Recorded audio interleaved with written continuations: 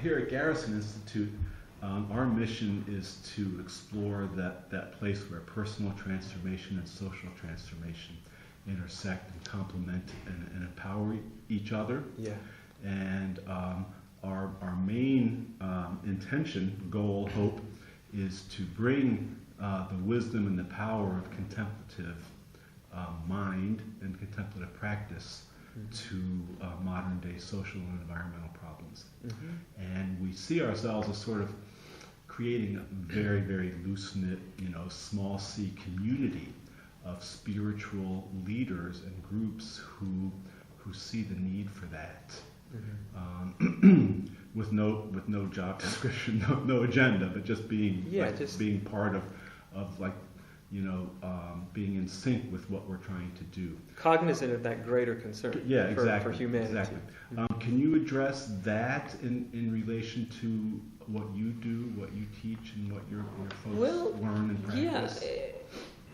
For me, the thing that really got me involved in spirituality to begin with, I think, and this is kind of a way, hopefully, of addressing that question, was in childhood, when I think, like a lot of children, fortunately I grew up with a nice family, which I found out was pretty rare for a lot of people, good home environment, love, support, all the rest.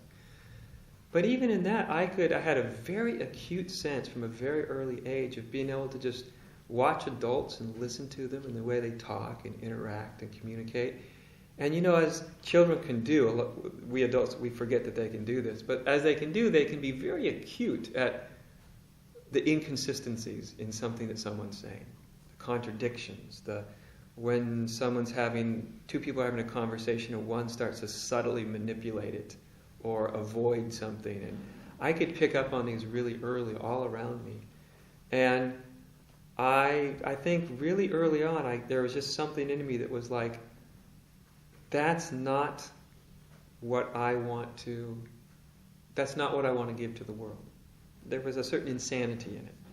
And I thought, that's not what as I grew older, I saw it all around, right? You see it, read the newspaper, the wars, as Buddhists say, the normal amount of hate, ignorance, and greed. And so my own spiritual impulse came a lot out of not wanting to contribute to that. I just didn't want to. I saw it as kind of insane when I was young, and as I grew up, I was like, that's not what I want. And so for me, I saw that transformation is going to have to come from me first, before I can actually do much for the world. I got to go here, because the first realization as a kid, it was that adults are kind of insane. Not always, but kind of. And then as I got older, I got into my late teens, it was, oh my God, I've become insane. Now I've internalized it, you can see your own contradictions and all the rest of the sort of egoic game. And I took that very personally, so that was very much a part of what drove my spirituality. It was, yes, I wanted this reality for myself, but also it was very much that I didn't want to give that confusion to humanity. That's not what I didn't want that to be my gift to humanity. And to me, I think real spiritual practice always incorporates both of those drives, hopefully. We have to always see that there is sort of a personal motivation. And I think if it's coming from an authentic place, it also has more a transpersonal aspect, something that's altruistic, something that has a concern for the whole of humanity. And of course, the deeper our realization goes, we ultimately end up realizing that we are the whole of humanity, right? I mean, the whole universe is us, and so that also breeds its own. I think there's a response that comes out of that. There's a response, It's funny, it's strange that coming from that realization, I think part of the deepest realization is the sense that all is well. Even if it's a mess, right? There's a lot of mess, there's a lot of terrible things happening, and yet there's a sense, an unknowable sense, not rational to the mind, trans-rational, this knowing all is unimaginably well. And my experience is when that realization is authentic, it's not just kind of surface, that what comes out of that is not what you would expect. You'd expect all is well, therefore there's nothing to do. You know, there's people starving, people being mistreated, abused, you know. Yes, but I've had the realization that all is well, so I'll just sit there. That's kind of a spiritual stuck place, as I see it. When it's the true all is well, my experience is something very unexpected happens. All completely well, and out of that, life can then really move in a creative way through you. And it doesn't tend to just sit there doing nothing. Even though all is well, there's a response.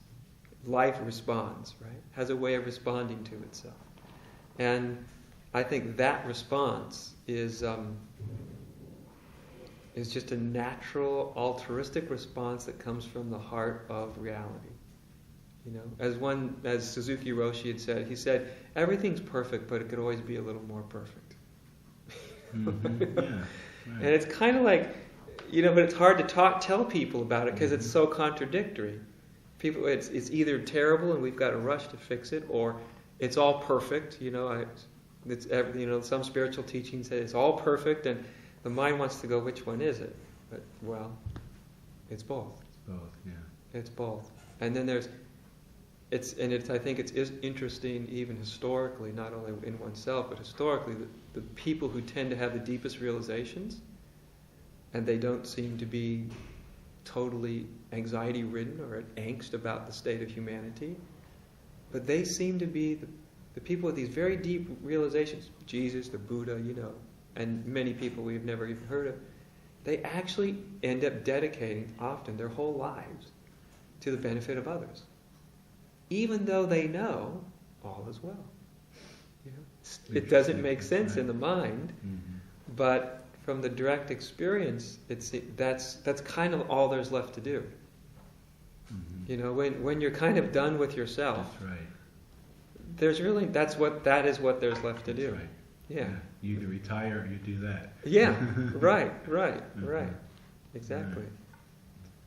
Well, okay, good. Finally, we don't want to keep you too long. That's okay. I hope I answered that question. Yeah, that's a great answer. Is there anything you want to say about how you know we want to support your teaching and the practice of your students, you know, in as you know comprehensive and impeccable way as possible. So, is there anything that we can do more to do that? You know, we want this place to be a container that is both, you know, kind of free enough and yet, you know, contained enough to really be a place that can support your teaching and the practice of the students. So is there something, what more can you? Nothing comes to my mind, to tell you the truth. I mean, this Garrison and I go to, how many? At least 4 different retreat sites that I utilize around the country. And Garrison's hands down my favorite one to come to, for many reasons. And I'm not just saying that because I'm here. It's, I mean, I love the fact that it is contained. That's wonderful because, you know, you can have everybody sort of in the same place. It's also really nice that it is sort of not.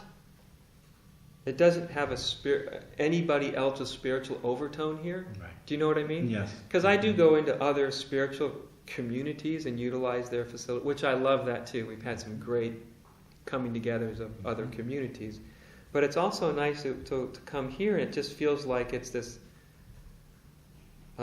we call ourselves neutral ground. I was going to say a neutral space, but that doesn't quite get to it, because, you know, you walk in here and there's sort of a feel. Yeah, you know, it's kind of like walking into an old church in Europe or something. You know, we got a big Buddha. And, yeah, it's like neutral, but it's a pretty full and rich neutrality.